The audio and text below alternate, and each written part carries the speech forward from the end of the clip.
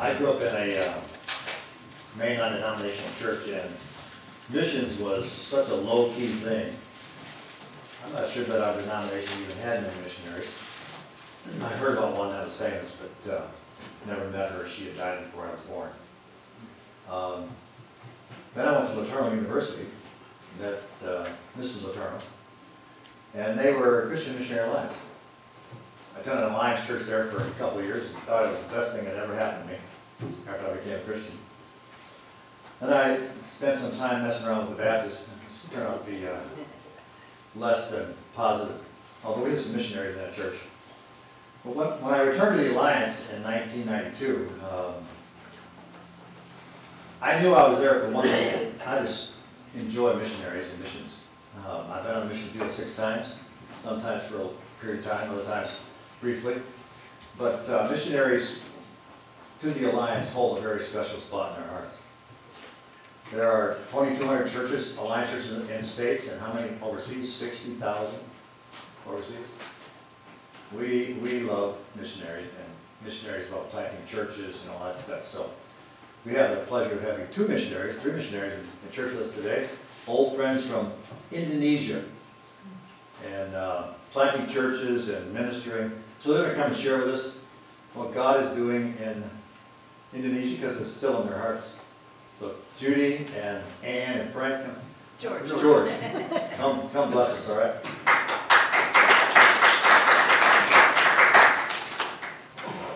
I'm very happy this morning that 2 of my colleagues who live about an hour and a half away up near Nashville, they're going into music, I believe, up there. Agreed to come and share this service with us this morning. I'm in and out here, so most of you know me. When I asked me to do it, I thought, Lord, they know me. I've been here several times. I live in this area. And then the Lord spoke to my heart and said, introduce them to George and Ann. And I've known George and Ann since 1975, when they went to Indonesia. I went 3 years earlier. I went in 72, and they followed in 75. And I watched their 3 beautiful daughters grow up, so we're like family. So I'm very happy they can be here. They can teach you how to play the unclues. I'm not musical. I told them this is a musical church. Probably everyone can play an instrument here except for me. It's going to be a different service, not your typical mission service. So I trust it'll be okay with Pastor Mark. I didn't give me some. And we apologize if we go over, if George goes over time. Pastor Mark, if you please come up here. George and Ann and I would like to give you something which is very common in Indonesia now. Our church in Indonesia, we have over 2,000 churches, 2,200 or something like that, and they've become very formal. They've gone from wearing very little to wearing robes when they speak now. It's just amazing. And to do the communion, you should have had this on. You should have. I should have given it to you early. You wear the purple for communion, and then if you just have a regular service, you turn it over. And I think this is ours, but maybe the other way, but you'll never know the difference. And we'd like I'd like George to come up and to place this around your neck. And when you see this, you remember the large CMA church of 2,200 in Indonesia. All right. Okay. Thank you very much. Thank you very much. When I go back to Indonesia and I speak, usually I have to put that on around my neck. They provide it for me if I don't bring one. And Susan, if you can come up, please. And Annie is going to present to you a Christmas ball that is made by Muslims. This is by, Muslims and Christians, Bible school students. Annie and George ministered in several, 2 Bible schools, right? 2 Bible schools. And one of the Bible schools over in Kalimantan, one of our former missionaries, who the Lord called home early, Beth Camphausen, she was 39 years of age. She is buried in East Kalimantan. And I think Beth was the one that introduced this there in the Bible school. So the Bible school wives would make these. And don't ask me how they make them, I don't know. I know it just takes a lot of work. And then they would bring them back to the States, missionaries would, and would sell them in order to raise funds to help support these Bible school students. So, and if you would share this, maybe you have one on your tree already. You don't think so? And when you see this, you can think, now it's being made by Muslims as well in the city of Bandung, but it started out with Bible school students' wives, making these in order to support their husbands who were studying in the local Bible school there. Dengan kebanggaan, with pride, saya serahkan I will give you this gift or remembrance, supaya ibu akan mendoakan so that you will pray for orang-orang yang belum kenal Kristus, people who do not know Christ, supaya mereka boleh mengenal Dia. so they can come to know Him. Pakailah dengan penuh sukacita. Use it with a lot of joy.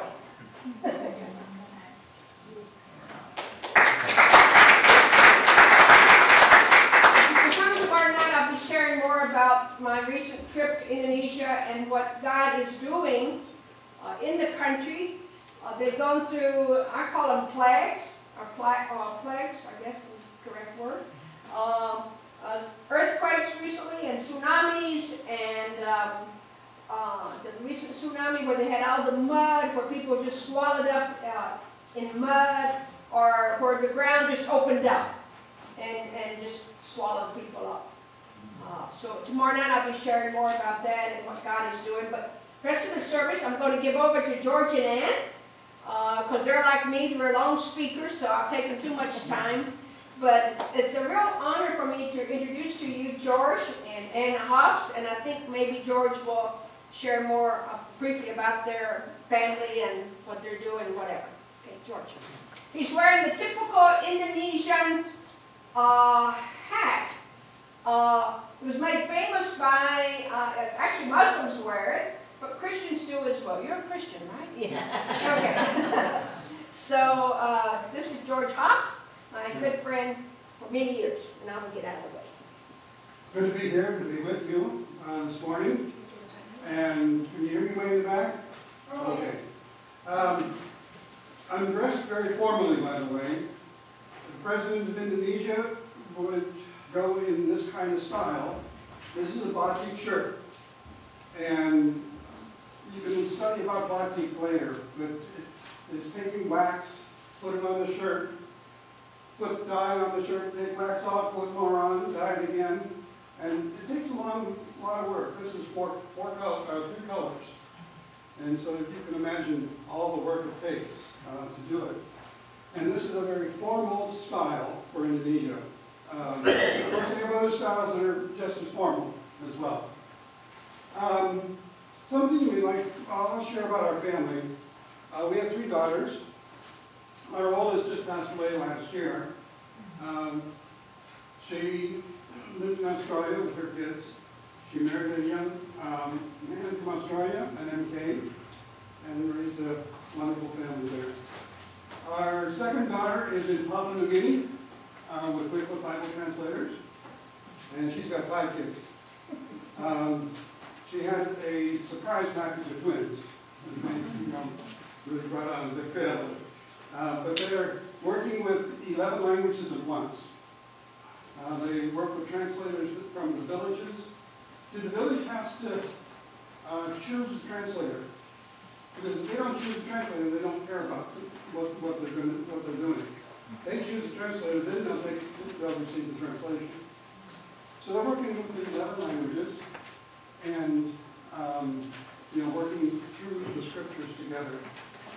Our youngest daughter is in Tennessee, in Spring Hill, which is just south of Nashville, and that's where we live with her. And they're both teachers in the local school system. They have spent 8 years at the school in Malaysia for MKs, the last school, and felt after 8 years it was time to come home. That gives you just a little bit about our family.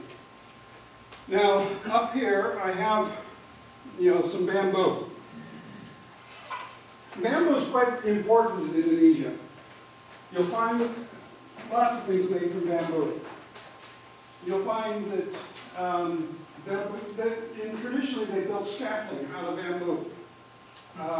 We would put it up with metal, they put it up with bamboo. And it's amazing what they can do. In one area they put their roofs made of bamboo. And I said, well, how long do they last? Oh, about 30 years. Not bad for a bamboo roof. They build their houses up in that area with big pieces of bamboo, you know, this big. You can imagine, you know, bamboo growing that big. And I said, well, where I live, the termites eat them. What about you guys? They said, I don't know. We stick it in the rice paddy for about a year, submerge it, bring it out, and the termites don't like it.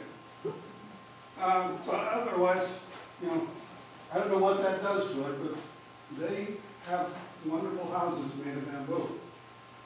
Now, get your musical instruments. You can try these out later. This is a flute.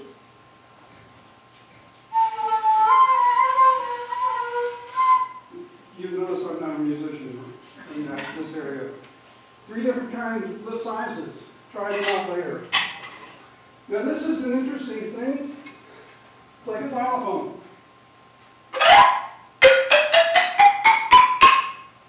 Very easily made out of bamboo. Now the hardest part of making this though is to tune it. You know, you have to tune it correctly, otherwise it won't play it correctly for you. But it's an interesting instrument, and you know, it's only eight keys, so you're kind of limited in what you can play. But try it out later. See if you can play a tune on it. Now up here, we have an instrument called the angklung. Now the angklung is made of bamboo, and each one is plays a note, but it plays it in an octave. Very interesting. So this is actually an octave here, and how they play it. And what I would like to do is just pass it out to you guys and let you look at it, okay?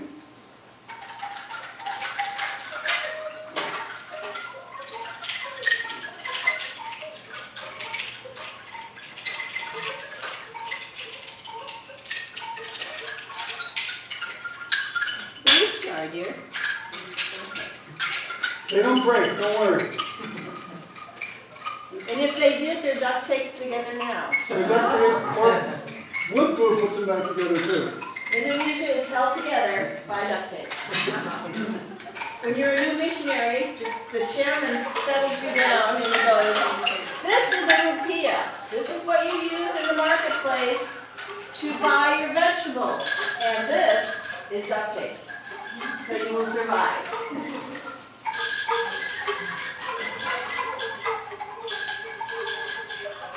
You need one too.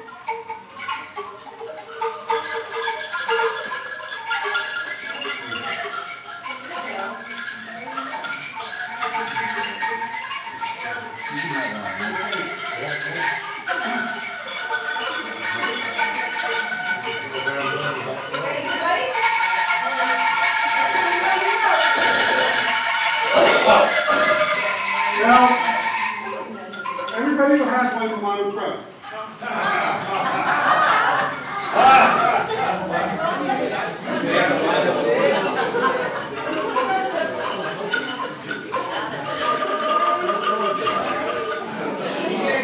Okay, you can stand right here.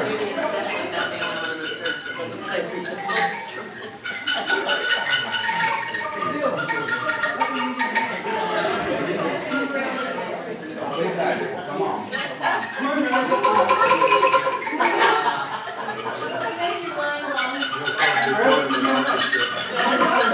You're biggest.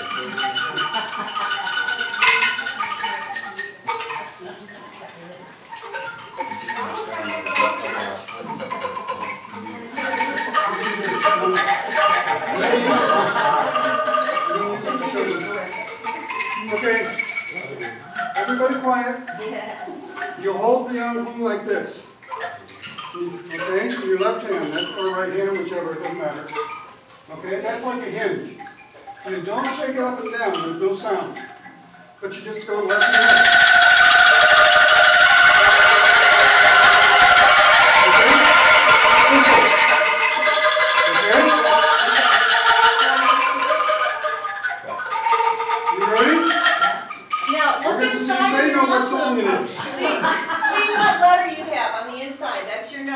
It's on the inside in the small one. Everybody find it now? Right inside here.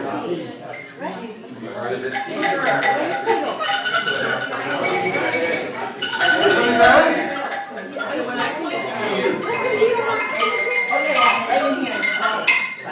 Find it. Will you be able to see? It's inside the small one. Okay, if you can't see, come on over.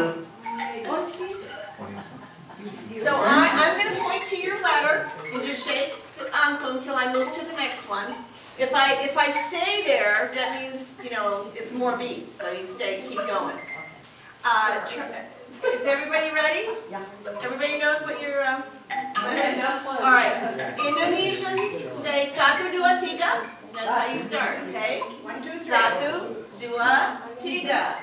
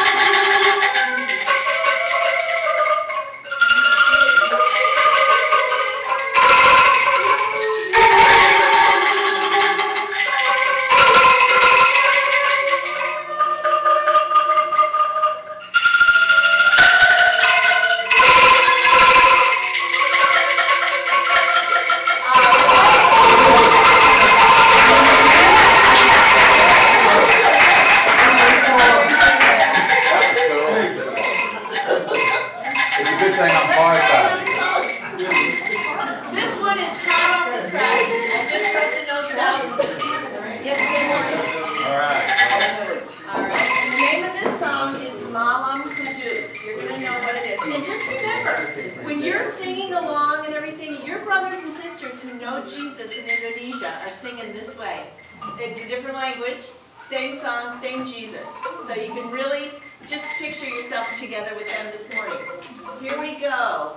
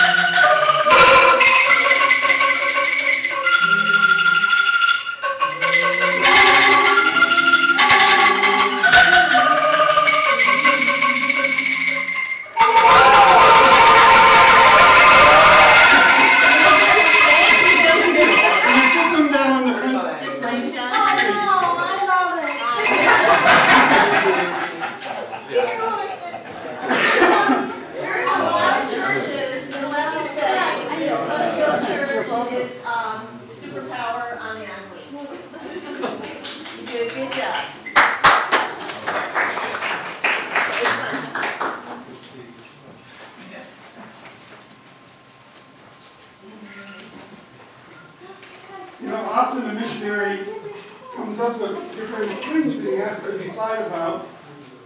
And he has to depend on the Lord to give him wisdom in what he does and how he gives answers to people. And so what I would like to do this morning is have you divide into 5 different groups, okay? And in these different groups, you're going to be talking about certain scenarios, okay? So that you can realize what a missionary might be going through in some of the things he gives, okay? And Judy, you want to pass these around right here? We'll divide it.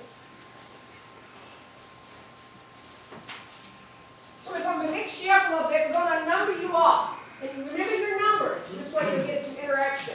1, 2, 3, 4, 5. That's your group number. You ready to be today? 1, 2, 3, 4, 5. What's your number? 5. Good. 1, 2, 3, 4, 5. 1, 2, 3, 4, 5. 1, 2, 3, 4, 5. 1, 2. You want to be with us? 1, 2. Okay, go to your group numbers. Okay. 1's up here. 1. 2's over here. 3 here. 4 here. And 5 in the back. Okay, 5 is right here. You do that one now.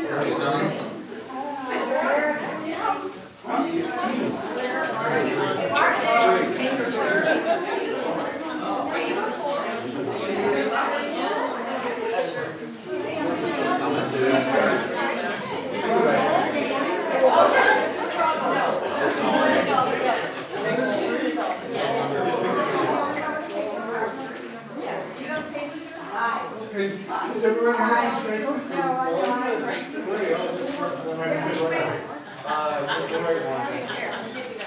Has everybody found the group?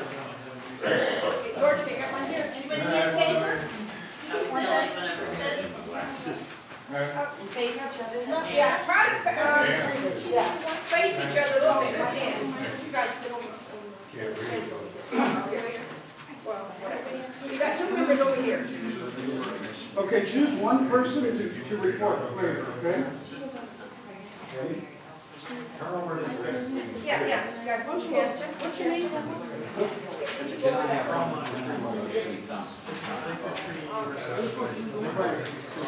Here's the issue.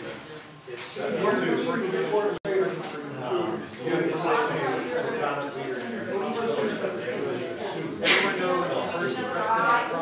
receive Christ as the Savior, thou enjoy the meaning of Christ, Father.